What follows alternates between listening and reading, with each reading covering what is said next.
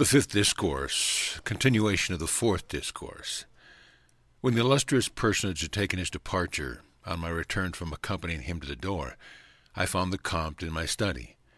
"It is a great pity," said he, "that the nobleman who has just left you is one day to become one of the 72 princes of the Sanhedrin of the new law, else he would be a great subject for our holy Kabbalah. His mind is profound, pure, broad, lofty, and fearless. He is the geometric figure which I cast for him while you were talking together. I have never seen happier aspects, nor those denoting a finer soul.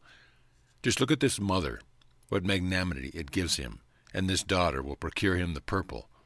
Bad luck to her and to destiny, since they deprive philosophy of a subject who might perhaps surpass you. But where were we when we came in?" "You were speaking, sir," said I, "of a saint whom I have never seen in the Roman calendar. I think you called him Danhuzarus." "Ah, I remember," he replied. "I was bidding you put yourself in the place of one of your doctors and suppose that the blessed Danhurz had just laid bare to you his conscience and said, 'Sir, the fame of your learning has brought me from beyond the mountain. I have a slight scruple which is troubling me. A nymph holds her court in a mountain in Italy, and 1,000 nymphs, almost as beautiful as their queen, attend upon her. The handsomest and most learned and most worthy men resort thither from all the habitable globe. They love these nymphs and are beloved by them. They lead the most delightful life in the world. The nymphs whom they love bear them very fine children. They worship the living God, injure no one, and hope for immortality. I was one day walking upon this mountain and found favor in the eyes of the queen of the nymphs, who appeared to me and showed me her charming court. The sages, perceiving that she loved me, reverenced me almost as their prince. They exhorted me to yield to the nymph's size and beauty. She told me of her martyrdom, and left unsaid nothing which might touch my heart, and in short convinced me that she would die if I did not love her, and that if I loved her she would be indebted to me for her immortality. The arguments of these learned men prevailed over my principles, even as the charms of the nymph won my heart. I love her, and she has borne my children of great promise. But in the midst of my felicity I am sometimes troubled by the recollection that the Church of Rome might not approve of all this. I have come to consult you, sir, about this nymph, those sages, these children, and the state of my conscience. Well, Mr. Doctor, what answer would you make to my lord Danhuzarus?"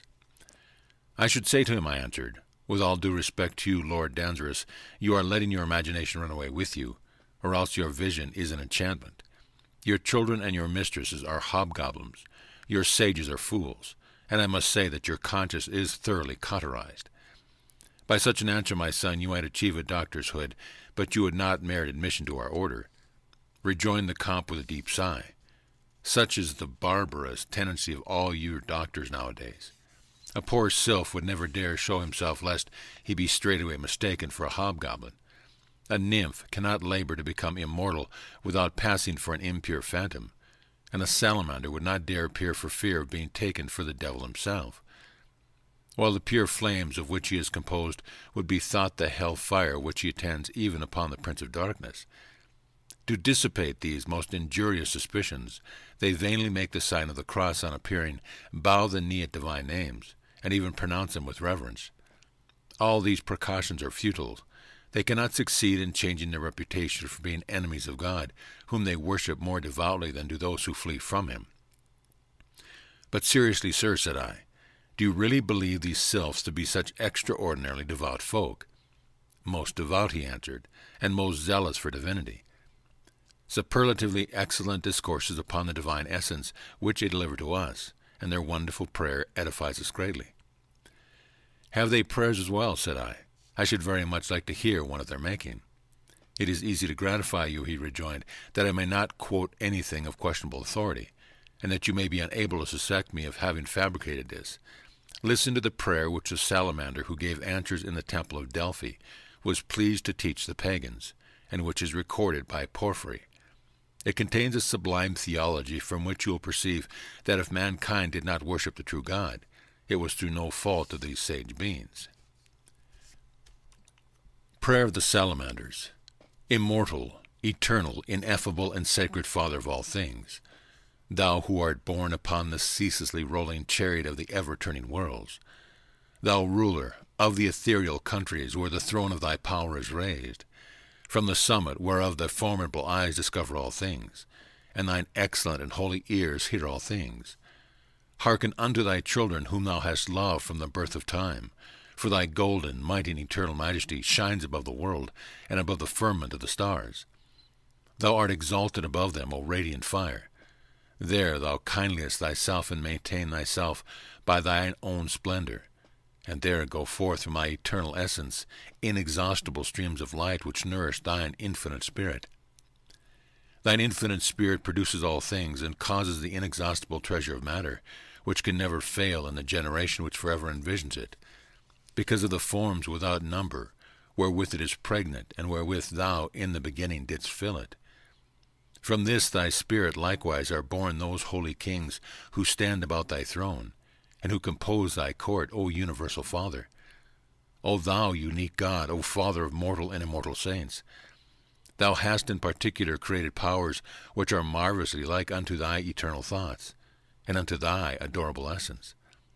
Thou hast set them higher than the angels who announce to the world thy will. Lastly, thou hast created in the elements a third rank of sovereigns, our continual exercises to praise thee and to worship thy will. We burn with desire to possess thee, O Father, O Mother, who art tenderest of mothers, O wonderful exemplar of the sentiments and tenderness of mothers, O Son, the flower of all sons, O form of all forms, thou soul, spirit, harmony, and number of all things. What say you to this prayer of the salamanders? Is it not exceedingly learned, lofty, and devout? And exceedingly obscure as well, I answered. I once heard it paraphrased by a preacher who proved thereby that the devil, in addition to his other vices, is above all else a great hypocrite. Alas, exclaimed the Comte, poor elementary peoples, what resources left you? You tell marvelous things concerning the nature of God, the Father, Son, and Holy Ghost, the assisting intelligence, angels, and heavens. You make wonderful prayers and teach them to man. Yet after all you are nothing but hypocritical hobgoblins. Sir, I hastily observed, it makes me uncomfortable to have you thus apostrophize these people. Nay, my son, he replied, do not fear lest I summon them, but rather lest your faint-heartedness should in the future prevent you from having any realization beyond that of amazement, that you see fewer examples of their alliance with men than you could ever wish for. Alas! Where is the woman whose imagination has not been beclouded by your doctors, and who does not look with horror upon this relationship, and who would not tremble at the appearance of a sylph? Where is the man with least pretension to being good, who dares not flee the sight of them? Do we find, some very rarely, a man of worth who would care to be on familiar terms with them? Only profligates, misers, ambitious men, or knave court dishonor, to which, however, praise God, they shall never attain. For the fear of the Lord is the beginning of wisdom. Then what is to become of all these flying nations, I inquired, now that honest folk are so prejudiced against them? Ah, said he, the arm of God is in no wise shortened, and the devil does not derive all the advantages he anticipated from the ignorance and error which he has spread to their detriment. For addition to the fact that the philosophers, of whom there are a great number, do their utmost to remedy it by absolutely renouncing women, God has given all these people permission to make use of every innocent artifice of which they can bethink themselves in order to converse with men without their knowledge. What do I hear, sir? I exclaimed. You hear nothing but the truth, he replied, but I have much greater secret to communicate to you. Know, my son, that many a man believes himself to be the son of a man who is really the son of a sylph. Did I not tell you the other day that the sylphs and the other lords of the elements are overjoyed that we are willing to instruct them in the Kabbalah? Were it not for us, their great enemy, the devil, would alarm them exceedingly, and they would have difficulty in immortalizing themselves without the knowledge of the maidens. I cannot sufficiently wonder at the profound ignorance in which we live, I remarked. It is currently believed that the powers of the air sometimes help lovers to attain their desires. Apparently the contrary is true. The powers of the air require the assistance of men in their love affairs. Quite so, my son, the Comte went on. The sage lends assistance to those poor people who, were it not for him, would be too wretched and too weak to resist the devil. But when a sylph has learned from us to pronounce Kabbalistically the potent name, Nem Anemaha, and to combine it in mantric form, with the delicious name, Eliel, all powers of darkness take flight, and the sylph peacefully enjoys the society of his loved ones.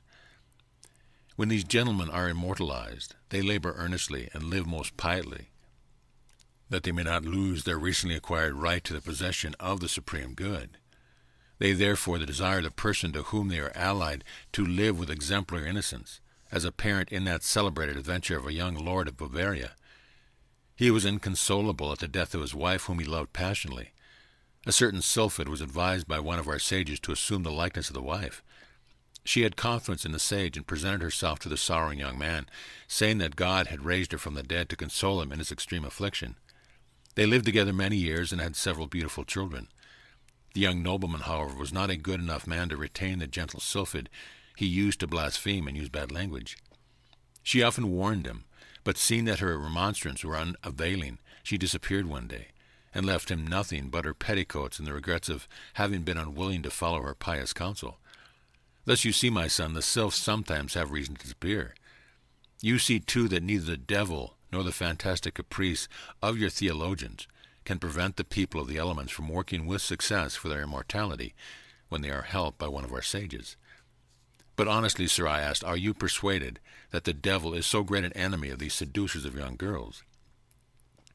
A mortal enemy, said the Comte, especially of the nymphs, sylphs, and salamanders. As for the gnomes, he does not hate them nearly so much because, as I believe you have already learned, the gnomes, frightened by the howling of the devil, which they hear in the center of the earth, prefer to remain mortal rather than run the risk of being thus tormented should they acquire immortality. Thence it comes to pass that these gnomes and the demons, their neighbors, have a good deal to do with one another. The latter persuades the gnomes, who are naturally most friendly to man, that it is doing him a great service and delivering him from great danger, to compel him to renounce his immortality. In exchange, they promise the man whom they can persuade to this renunciation that they will provide him with all the money he asks for, will avert the dangers which might threaten his life during a given period, or will grant any other conditions pleasing to him who makes this wretched covenant. Thus the devil, wicked fellow that he is, through the mediation of a gnome, causes the soul of such a man to become mortal and deprives it of the right to eternal life. Then, sir, cried I, in your opinion, these covenants of which demonographers cite so many examples are not made with the devil at all? No, assuredly not, replied the Comte. Has not the prince of the world been driven out? Is he not confined? Is he not bound? Is he not the terra damnata et maledicta, which is left at the bottom of the retort of the supreme and archetype distiller? Can he ascend into the region of light and spread there this concentrated darkness? He can do nothing against man. He can only inspire the gnomes, his neighbors, to come and make these propositions to those among mankind whom he most fears may be saved, to the end that their souls may die with their bodies. Then said I, according to you, those souls do die. Oh, they die, my child, he answered, and are not those who enter in such covenants damned? They cannot be damned, said he, for their souls die with their bodies. Then they are left off easily, and they are very lightly punished for so heinous a crime as that of renouncing the saving grace of their baptism and the death of our Lord.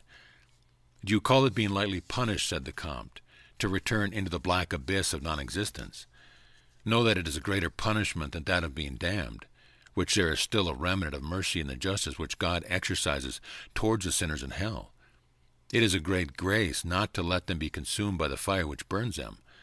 Non-existence is a greater evil in hell. This is what the sages preach to the gnomes when they assemble them to make them understand the wrong they do themselves in preferring death to immortality, and non-existence to the hope of a blessed eternity, which they would have the right to possess if they would only allay themselves to men without extracting from them such criminal renunciation. Some yield to our persuasions, and we marry them to our daughters. Then, sir, do you evangelize the subterranean people? I inquired. Why not, he replied. We are instructors to them as well as to the people of the fire, air, and water, and philosophic charity is extended without distinction to all these children of God. As they are more subtle and more enlightened than the generality of mankind, they are more tractable and amenable to discipline, and listen to the divine truth with a reverence which charms us. It must be charming indeed, I exclaimed mirthfully, to see a Kabbalist in the pulpit holding forth to these gentlemen. You shall have that pleasure, my son, whenever you wish, said the Comte, and if you so desire, I will assemble them this very evening, and will preach to them at midnight. At midnight, I protested. I have been told that it is the hour of the Sabbat. The Comte began to laugh. You remind me, he said, Of all the imbecilities related to the demonographers in that chapter of their imaginary Shabbat, you are not going to tell me that you also believe in that. That would indeed be a joke. Oh, I retorted, as for those tales of the Sabbat, I assure you I do not believe one of them. That is right, my son, said he, for I repeat that the devil has not power thus to amuse himself at the expense of mankind, nor to enter into covenants with man, still less to make himself worshipped, as the inquisitors believe. What has given rise to the popular rumor is that the sages, as I have just told you, assemble the inhabitants of the elements to preach their mysteries and ethics to them. And as it usually happens that some gnomes turn from this gross error, comprehend the horrors of non-existence, and consent to become immortalized. They bestow upon him one of their daughters. He is married, and the nuptials are celebrated with all the rejoicing called for by the recent conquest. There are dances and those shouts of joy which Aristotle says were heard in certain isles where, nevertheless, no living beings were visible. The mighty Orpheus was the first to convoke these subterranean people. At his first lecture, Sabazius, the ancient of the gnomes, was immortalized, and from that Sabazius was derived the name of this assembly, where the sages were wont to add a speech to him as long as he lived, as is apparent in the hymns of the divine Orpheus. The ignorant have confounded things, and have made them an occasion of 1,000 impertinent tales, and of defaming an assembly which we convene solely to the glory of the Supreme Being. I should never have imagined the Sabbat to be a devotional assembly, said I. And yet it is most holy and Kabbalistic one, he said, a fact in which it would not be easy to persuade the world. But such is the deplorable blindness of this unjust age. People are carried away by popular rumor and do not in the least wish to be undeceived. Sages speak in vain. Fools are more readily believed than they. In vain does a philosopher bring to light the falsity of the chimera people have fabricated, and present manifest proof to the contrary. No matter what this experience, nor how sound his argument and reasoning, let but a man with a doctor's hood come along and write them down as false. Experience and demonstration count for naught, and it is henceforth beyond the power of truth to re-establish her empire. People would rather believe in a doctor's hood than in their own eyes. There have been in your native France a memorable proof of this popular mania. The famous Kabbalist, Zedekias, in the reign of your Pepin, took it into his head to convince the world that the elements are inhabited by these people whose nature I have just described to you. The expedient which he bethought himself was to advise the sylphs to show themselves in the air to everyone. They did so sumptuously. These beings were seen in the air in human form, sometimes in battle array marching in good order, halting under arms or encamped beneath magnificent tents, sometimes on wonderfully constructed aerial ships, whose flying squadrons roved at will of the Zephyr. What happened? Do you suppose that ignorant age would so much as reason as to the nature of these marvelous spectacles? The people straightway believed that sorcerers had taken possession of the air for the purpose of raising tempests and bringing hail upon their crops. The learned theologians and jurists were soon to the same opinion as the masses. The emperor believed it was well, and this ridiculous chimera went so far that the wise Charlemagne, and after him Louis of Debonair, imposed grievous penalties upon all those supposed tyrants of the air. You may see an account of this in the first chapter of the Capitularies of these first two emperors. The sylphs, seeing the populace, the pedants, and even the crowned heads thus alarmed against them, determined to dissipate the bad opinion people had of their innocent fleet by carrying off men from every locality and showing them their beautiful women, their republic and their manner of government, and setting them down again on earth in diverse parts of the world. They carried out their plan. The people who saw these men as they were descending came running from every direction, convinced beforehand that they were sorcerers who had separated from their companions in order to come and scatter poison on the fruit in the spring. Carried away by the frenzy with such fancies inspired them, they hurried these innocents out to the torture. The great number of them who were put to death by fire and water throughout the kingdom is incredible. One day, among other instances, it chanced at Lyon that 3 men and a woman were seen descending from these aerial ships. The entire city gathered about them, crying out that they were magicians, and were sent by Grimaldus, Duke of Bedvington, Charlemagne's enemy, to destroy the French harvest. In vain the 4 innocents sought to vindicate themselves by saying that they were only their own countryfolk, and had been carried away a short time since by miraculous men who had shown them unheard of marvels, and had desired them to give an account of what they had seen. The frenzied populace paid no heed to their defense, and were on the point of casting them into the fire, when the worthy Agabard, Bishop of Lyon, had been at a monk in that city, had acquired considerable authority there, came running at the noise, and having heard the accusation of the people, and the defense of the accused, gravely pronounced that both one and the other were false, that it was not true that these men had fallen from the sky, and that they said they had seen there were possible.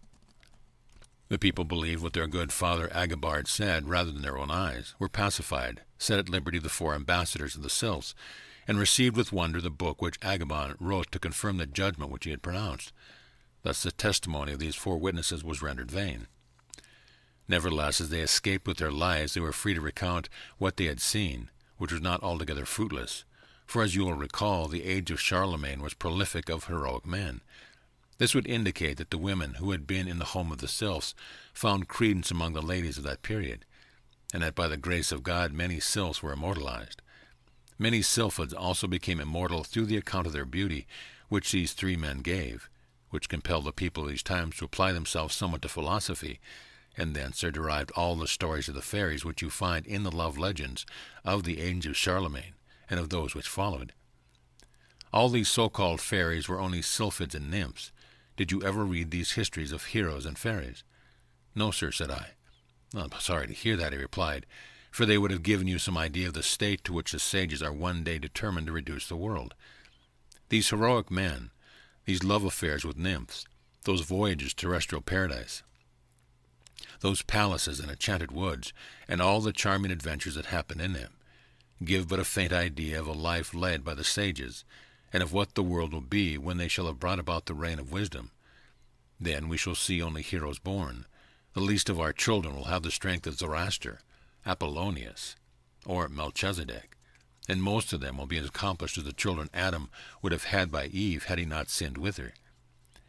Did you not tell me, sir, I interposed, that God did not wish Adam and Eve to have children, that Adam was to think only of sylphids, and Eve only of some sylph or salamander? It is true, said the Comte, that they ought not to have had children in the way in which they did. Then, sir, I continued, your Kabbalah empowers man and women to create children otherwise than by usual method. Assuredly, he replied. Ah, sir, I entreated, teach his method to me, I beg of you. You will not find it out today, and it please you, said he smilingly. I wish to avenge the people of the elements, for you have been so hard to undeceive regarding their supposed deviltry. I do not doubt that you are now recovered from your panic terrors.